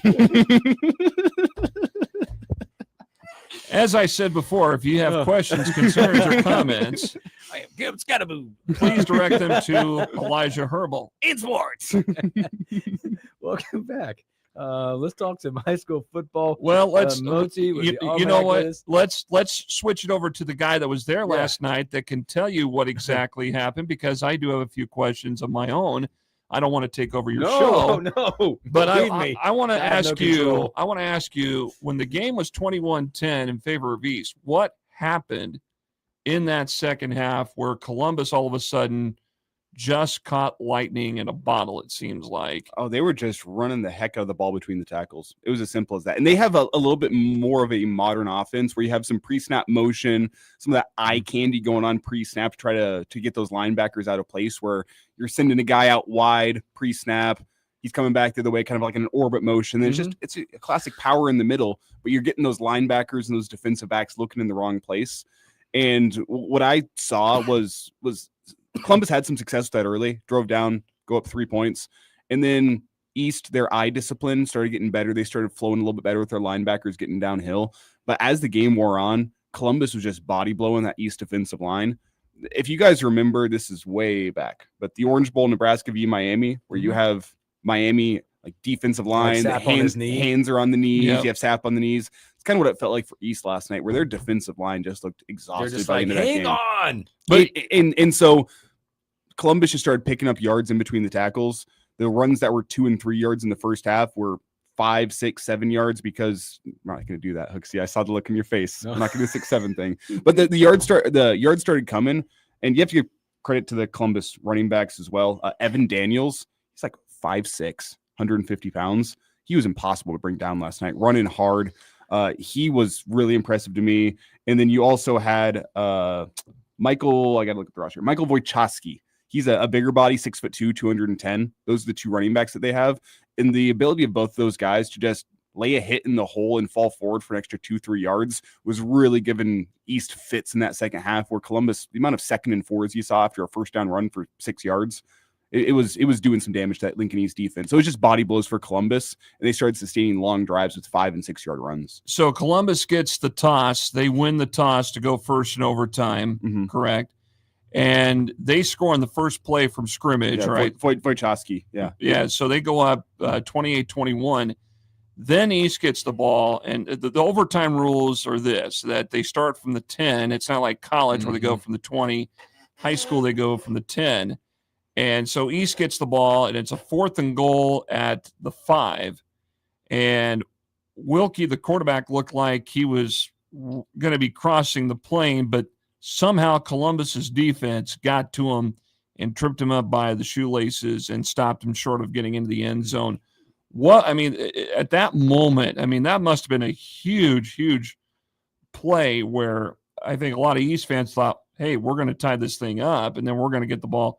But Columbus just came through when it mattered, and they put the stop and they get the big win. And now Columbus is a team that's 6-1 now. Yeah. And East falls to 5-2, I believe. Well, that's another thing that impressed me. East offense last night, their passing game was really built on shots down the field. And they throw the ball well. They throw the ball well. They had some good looks down the field. They had two of the most impressive catches came last night that I saw from Sam Sutko. Sam Sutko had one. The first touchdown that East scored was this tip drill in the end zone where he's got one-on-one coverage. Defensive back kind of knocks it up in the air, and Sutko catches it sticks out the left paw as he's falling down and reels it in. And then he also had another one on their final touchdown whenever they went up from 14-21, where down on the goal line, he goes up and kind of mosses a defender. The defender kind of undercuts him, and he somehow holds on to it as he lands on his upper back and head on the 1 yard line. Wow. 2 impressive catches. That kind of exemplifies East offense last night, where they were taking shots down the field. Whenever the field got condensed, as it did in overtime, down inside the 10-yard line, they were struggling to find green space to throw the football into. And that was kind of what happened in the last play, was they had a quick passing look to Sutko that was covered well. So Wilkie had to roll out. It was a shoestring tackle. He would have had to probably maybe not run through a defender, but there would have been some contact about the 1 yard line if he didn't get tripped up. But he was tripped up from behind from a defensive lineman that just kind of caught the shoestring and tripped him up. But it would have been, he had a chance to score in that last play if he didn't get tripped up. So East now, you got 2 more weeks to go. Their game with Southeast is what we're going to have in 2 weeks here on KFOR, and that's a big game. But East has another week to regroup, and again, they could be a playoff team moving forward. We'll see. Obviously, for teams in Class A and even in Class B, a lot of teams have to get those 3 district wins to be at large bids into the playoffs. And, of course, there's going to be others that will be claiming district titles and so forth here in the next few weeks. But the other game that was across town last night, and Elijah, thank you for that. And by the way, you and Justice did great coverage of that game last night. Those 2 teams made it easy on us. Oh, yeah. I mean, it was a game worth listening to. And we're still working on getting that podcast up and going from last night's game. The other game in town had Northeast and Omaha Buena Vista playing out at Union Bank Stadium, and it was a 63-0 win for Northeast. The Rockets, though, the next 2 weeks are going to be tough because you've got to win 2 more times to get an at-large spot in the playoffs, and Northeast has not been a playoff team outside of the COVID year where everybody qualified. Outside of that, they have not been in that playoff position in about 15 years. So this is a big final 2-week stretch for them. They got Bellevue West coming up here. I believe it's 2 weeks that they got Bell West on Thursday night over at Seacrest. So again, Bellevue West will be in town tonight over at Seacrest against Southwest, but we'll see what transpires with them. So So Northeast getting the win last night, much needed win after a 2-week slump, considering that they got beat by Omaha North. And then, of course, Southwest last week came away with that 35-13 victory over the Rockets. Go ahead. I do have to ask you about a game tonight that is actually not being played. That's been one of the bigger stories this week with Lincoln High and Millard South. I want to get your reaction to Lincoln High's decision there. As I've told people, and I know people that are on one side or the other of this issue, and there are alums that believe the game should be played. And it's mostly people from my age group that say, you know what, they should play the game. Kids are not going to learn how to lose and go out there and play and lose. And, it's an uphill battle. 30 years ago, it was a totally different thing. You went out and you played your game. I think from that standpoint, I agree with what they're saying, but also see the other side of it too. You do have some kids that are injured, okay? And you do run the risk if you go up against a high-powered team like Millard South that you could have more injuries. And I'm not saying they're deliberate. I'm saying that Millard South is a machine. Mm-hmm. And I would say the same thing about West Side if they were in the same boat. You could, Creighton Prep. If you go back the last several years of the high-powered teams in Class A football that were just juggernauts, and that would include not just Millard South, but Gretna when they were in A, West Side, of course, and even Bellevue West. You could probably put up the argument that if you've got more than 10 Division I prospects, which Millard South does have a lot, and the two high-profile ones, Jet Tamala is going to Alabama, Amarian Jackson's going to Iowa State. They're flat out good. The preparation, the buildup of that program at the youth level is paying off for them. There have been people that have called them out on getting kids from outside the metro, not within the metro, but outside the metro to come in and play. As far as Kansas City. We've heard those rumors of, they're getting kids from Kansas City. They got the Wheeler kid that came in from Grand Island.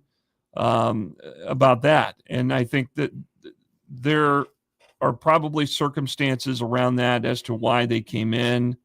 I'm not going to speculate what they are. There are people that will probably go to one conclusion and say, it's recruiting. And two things can be true, I think, in that, hey, as you look across high school football right now in the state of Nebraska, the best place, if you want to advance your football career, it's Millard South. And I think we should open that up for kids. Hey, if Millard South is the best chance of getting you to a Division I school, to get you money in NIL for your family, to potentially get you to the NFL someday, I don't want to take away a kid's ability to go to the place that is going to best prepare them for the next level. And right now, that's Millard South. But flip it around, though, I can't blame Lincoln High for looking at this game and saying it's health and safety concerns to our players, and it's also a concern for my program down the road. Because you look in Lincoln right now, there is so many kids that are deciding, I don't want to play football. I'm going to play basketball. I'm going to play baseball. I'm going to play the other sports. Football is not the sport I need to play. I don't need to go out and get killed by Millard South whenever I want to play basketball. So I think you're also looking out not only for the short-term health and safety for Lincoln High, but the long-term stability of that program. Lincoln High is struggling to field football teams. It's as simple as that right now. And going and getting killed by Millard South is not going to help you in the long term trying to convince kids to come out and play football. To me, I think we're talking more, again, the rules are the rules at this point. You reap what you sow at this point, by the letter of it. Optically, I feel it's bad optics if we continue to take opportunities away from kids to play the game. Mm-hmm. That's and that, because there's going to be a bigger issue if more teams continue to cancel. Well, and that's the other thing too, because is North Platte going to travel all this way? Because North Platte is next week on the schedule for Millard South. I've seen North Platte, and for a team that has not won a game, they're actually not bad. I mean, they got a very good offense, a double wing T type formation offense where they run the ball. And, and it caused Northeast some fits a few weeks back, and Northeast won that game by, they were up by as many as 2 to 3 touchdowns in that game and held on, won by a possession. But, that's a tall order for North Platte. You got to drive 5 hours to the east to play, where they're now 19th ranked in the country. They're number 1 in the state. Yeah. The other thing here in 2 weeks, you wrap up the regular season against Omaha Benson. And we talked about this on the show a few weeks ago when the scheduling changes that are going to come forth with the next 2-year cycle will include the elimination of districts, and they're going to restructure the schedule to where it fits everybody to where there's better competition. Because in recent years, we've started to see a pattern of, okay, you have this matchup where you've got number 1 versus a team that has maybe 1 or 2 wins. You have number 4 versus, a team that hasn't won a game. You start to see that over several weeks. And then you questions like, why are we seeing these matchups? I mean, these are programs that are struggling to get teams put together, get kids to go out for football. Enrollment seems like a dated way to measure up football teams. And that's where a lot of people have come out on social media and said the enrollment factor in determining who should be in Class A, B, C1, C2, and on down the line is outdated. I don't know if the NSA is going to change that method. But if they don't, I think there are ways to work around that. And I think the method that they're looking at based on the points system the last 2 years is a starting point, and it's going to probably be that determination to see if that formula works moving forward. I hope it works because I think a lot of kids don't want to be discouraged when they go out there and put on the pads knowing, oh my gosh, we got Millard South on the schedule. Oh my gosh, we got Bellevue West. Oh my gosh, we got Creighton Prep, or West Side, or somebody. It doesn't matter. Is the football power in Omaha strong? Yes, absolutely. It has been since Lincoln Southeast won the state title in 2011, and that's been, 14, 15 years now. And people are questioning the methods here in Lincoln. Is the youth football development old and outdated? Are there new things that need to come forth?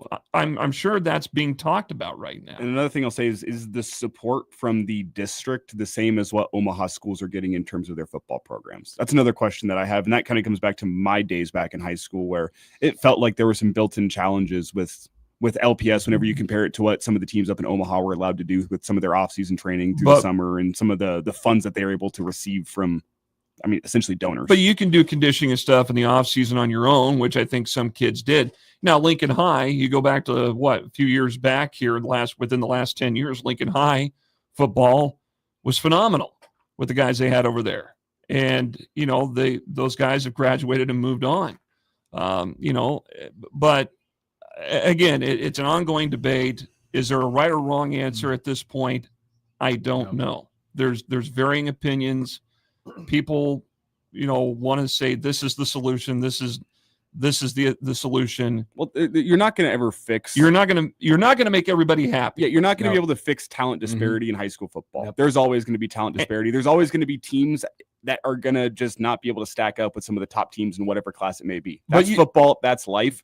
The problem is, I think there has been, by inaction from the power brokers within the state, whether that's districts, whether that's the state, whatever it may be. It could be the athletic directors across the state. There's been inaction that has led to the extra disparity that we see between a team like Millard South and all the other teams in Class A. And that's not against Millard South. It's more against the power brokers for allowing it to reach this point without any change happening in any way, shape, or form. Right. There's been steps that could have been taken within the past 5 to 10 years. Again, it's not going to fix it. It's not going to make it the NFL where it's any given Friday night. That's not high school football. But you could have taken steps to prevent a team like Lincoln High even going up against Millard South this year, or a team like Buena Vista, or whatever it may be. Some of these teams that are down in football, there could have been steps that have been taken within the last 10 years. And I'm curious to see how, the athletic directors, the NSAA, the districts respond moving forward. It's not just a Class A thing either. Class B is another prime example too. There's a big disparity there because you see the same teams doing every single year that are in the top 10 or in the top 5 that are flat out dominant and are in prime spots to make a run in the postseason. So we'll see how things go from there. Well said by both of you on that topic. Now, what is cool tonight's gonna be a beautiful night for Friday night football. And you know what? Beautiful city. And what do we got? I'm going to be over at your guys' place at Pius X over at Aldridge Field. Pius Standing Bear tonight. Yeah, Lincoln Standing Bears over there tonight, and we'll have coverage of the game here on KFOR. You can join myself, and John Harris is expected to stop by too to help with the play-by-play, and we'll have coverage beginning at 6:50. All brought to you by the KFOR Sportscasters Club, and so we'll have that for you tonight, and we'll keep you updated on other games of note around the area too. Down the street, Bellevue West, Lincoln Southwest playing tonight over at Seacrest. And then there's a few other games around the area too that we'll keep tabs on as well. It's all, again, brought to you by the Sportscasters Club.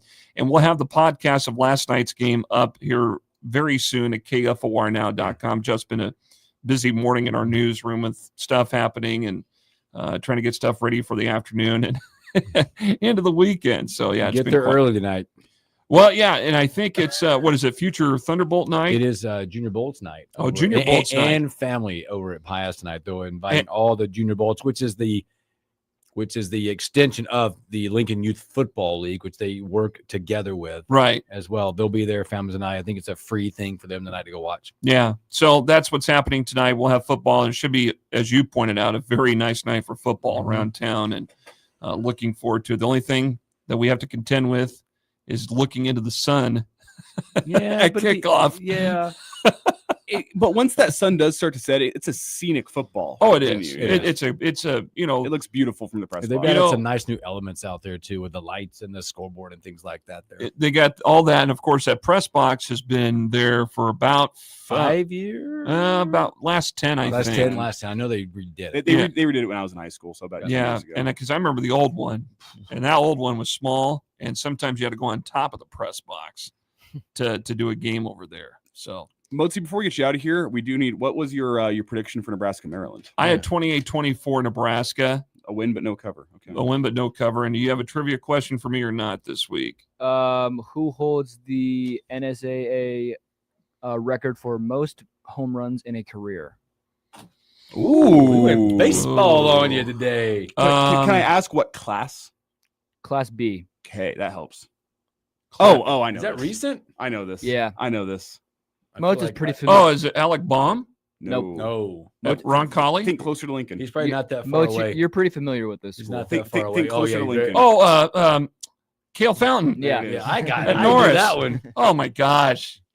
You got a lot going on, Moats. I got a lot going on. Well, and the only reason why I think of Alec Baum at Ron Colley, because he was a great player there. And, of course, we saw him in action last night, too. And then, of course, he's in the majors right now. And Cale Fountain, I believe, is still working through the minor league system with the Padres. So yeah, no, I remember. I think I umpired Norris 2 games before he broke that record. I was a little bummed I wasn't there whenever he broke. Do you guys know who holds the Class A record?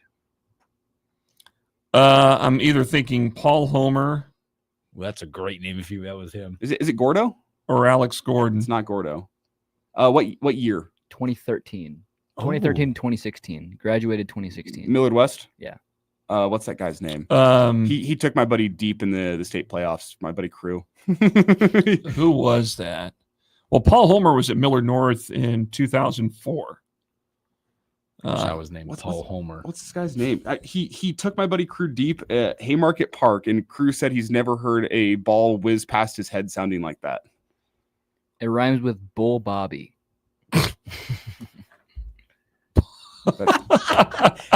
That didn't help me. That didn't help me. That was a bad either. lifeline. Cole Stabby. Oh, Cole Stabby, yeah. Cole Stabby. Okay. Yeah. That was good. Now I get it. Yeah. Awesome. Well, Moats, thank you, my friend. You What a bet. great call tonight. You when you're bet. out there, and thank you for hanging out with us. Have a great weekend. All righty. Have a good sports weekend, fellas. There you go, as the Almanac, Jeff Moats. When we come back, we're going to talk Huskers, Maryland, and our score predictions.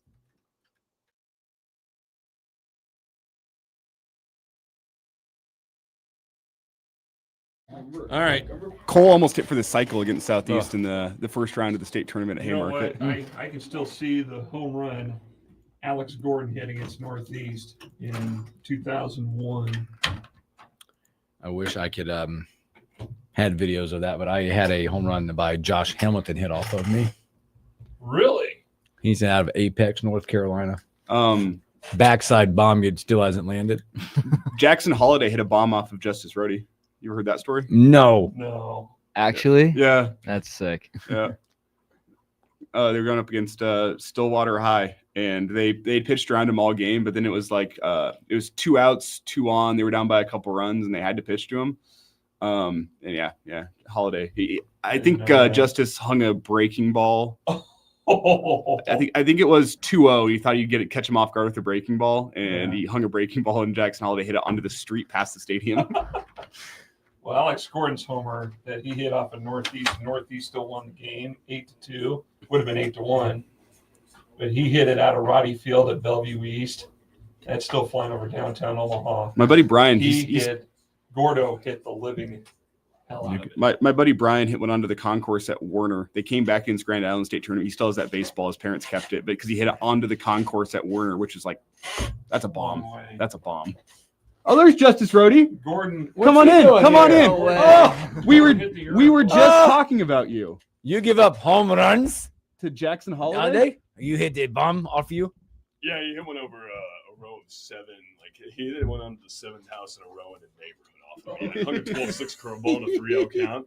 And he caught you? Horrible idea. Hey, I got to do a news update really quick. Oh, good. Hey, do a better 0-2. Be better 0-2. 3-0? 3-0. It was 3-0. I thought it was 2-0. 3-0, yeah. No, it was 3-0. Just at that point, you just go. I tried to paint 2 sliders, and I left the fastball upstairs, and he said, all right, I'm going to hit the curve. I thought I could get him with a 12-6, and that was the worst 12-6 I've ever. At that point, I'm 3-0 to that guy. I go, hey.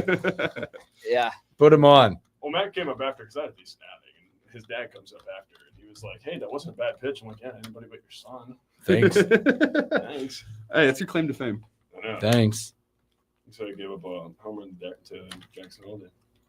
It's good to see you there on Friday. It's great to see you. I got out of class. We had to meet Mozi here, so. Moats. Well, we'll put that on your gravestone someday. Gave up a 3-0 homer to Jackson Holiday. Yeah, you should, actually. Well, I mean, he went number 1 overall, so should I be, I can't feel bad about myself. Were you on MLB Network after you got drafted, the highlight reel? It was a summer league game. He was not, no. I just told him I gave up one to Josh Hamilton. Steroids. It wasn't at that time, bro. It was just hit hard.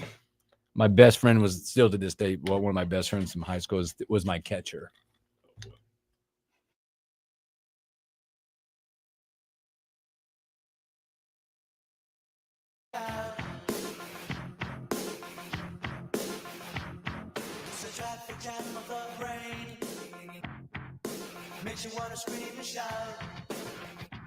Welcome back to the Morning Hookup. Special thanks here at the Almanac. Jeff Moats hanging out with us.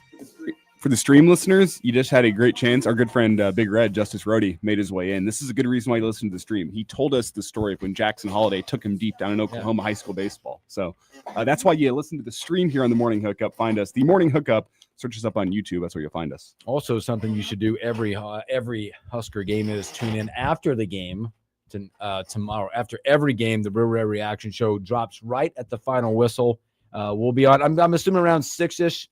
Coming up tomorrow, you'll have 2:30 kick. Games have been averaging about 3 hours and 20 minutes. Yeah. So yeah, we'll look at about 6. You'll have one Chris Schmidt. You'll have Elijah Herbal, and I'll make an appearance tomorrow, hanging out with you guys and getting all your Real Red reactions tomorrow, right after the final whistle. Hopefully after a Nebraska win. So you can always call the show.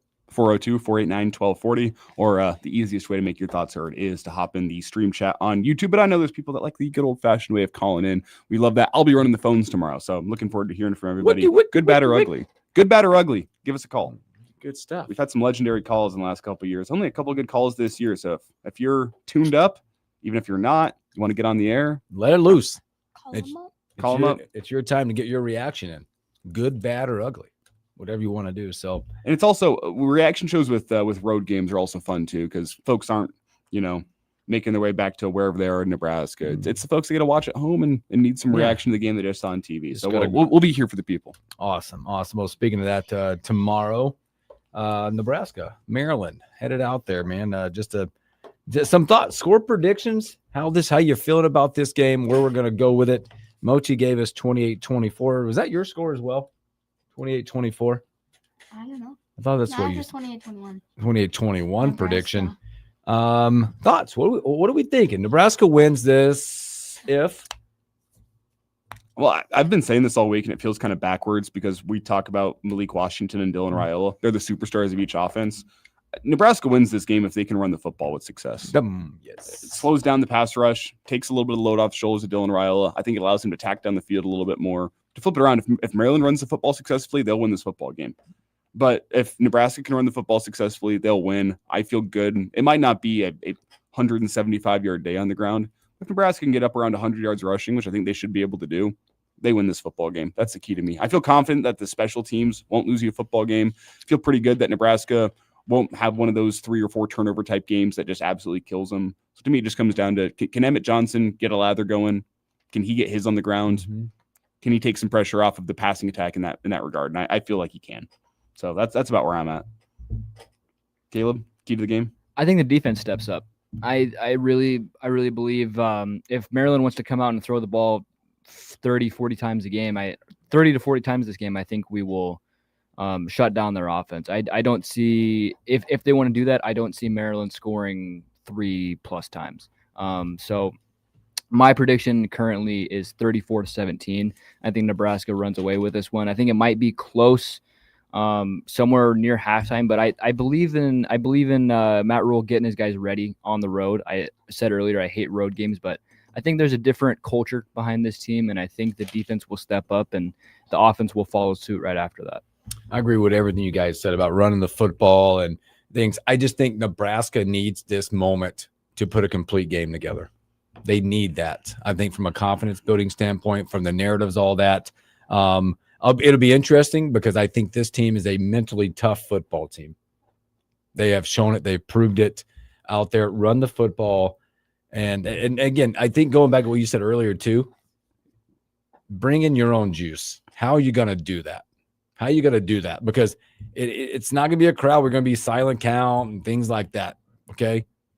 How do you get that energy? How do you keep the pedal down and be opportunistic? This team has got to take advantage and not let a team like Maryland stay in a game. Mm-hmm. You let it happen last week when Michigan State ended up taking the lead on you. You cannot let that happen in a game like this because teams like that find ways. They get hot somehow. If you're up 14-0, hammer down. Yeah. And not to be too, I guess, dramatic here, but if Nebraska can win this game tomorrow, I feel really good about their chances to finish October off undefeated. Absolutely. Maryland's the best team you have in October. Minnesota might pose, from a stylistic point, some more issues for you with how they like running the football, but they've been a little beat up. They're not the Minnesota we were used to over the last couple of years. They're a well-coached team. They're solid, but they're not great. If you can beat Maryland at Maryland, I feel good that Nebraska can go into that USC game with just 1 loss, and that would be huge. And regardless of the crowd or not, this will prove to yourself that your product can travel. Yeah. If you prove that to yourself, that's a big deal, especially going to Minnesota. That'll be a different environment. It'll be a Friday night. Would it be unique going on a Friday night? Who knows? Nebraska might leave on Tuesday. I don't know. Hey, whatever happened to student athlete? We're taking these guys out of class on a Thursday to send them to Maryland. That was just a total product of everything that's happened across the country. I think Penn State doing that. I mean, I think Michigan left early too. Mm-hmm. Everybody's leaving early right now. It seems to be. And Maryland's a unique place to get to, by the way. It's not as crazy as to get to as like a Penn State, but it's not easy. And Matt Rule talked about it earlier this week with all the coaches being in constant contact of how they're handling these long road trips. And that seems to be the standard right now that teams have found success with. Is leave a day early, get out there on a Thursday, handle your walkthrough on a Friday, just kind of settle into the environment that you're going to be in. Yep. By the way, I got it 38-24. I think we do score points. I think Maryland will score some points in this game. Okay, 38-24. I'm at 31-20. 31-20. It's a winning cover for Nebraska. I think it really just depends if we have good blocking on our O-line and get them passing yards. Okay. Or just passing. So your score is 28-24? Is that what I heard? 28-21 or 20-21? Yeah, 21. 28-21. We're all pretty much in the same. Yeah. Yeah. Where are you at, YZ? 34-17. He was big time. He's like, I'm out. Okay. 34-17. I like that. I feel like some games we're blocked good on our O-line and some games we don't. I know we're probably up against you. How much time we have? About 30 seconds? 45 seconds. This is one quick story that we missed. Jeff Sims going to be starting for Arizona State this weekend. Queued up. Yeah. Hey, Jeff Sims last year beat no, he didn't. He lost Cincinnati. He almost beat Cincinnati. Don't forget Nebraska volleyball tonight. If you're out and about, check them out, Big Ten Network. And tomorrow, Nebraska, Maryland. Check us out, the Real Red Reaction Show tomorrow, right after the final whistle. Get your voice heard tomorrow with us. Oh, boy, take care of yourself. Take care of each other. Have a great weekend. Go Big Red.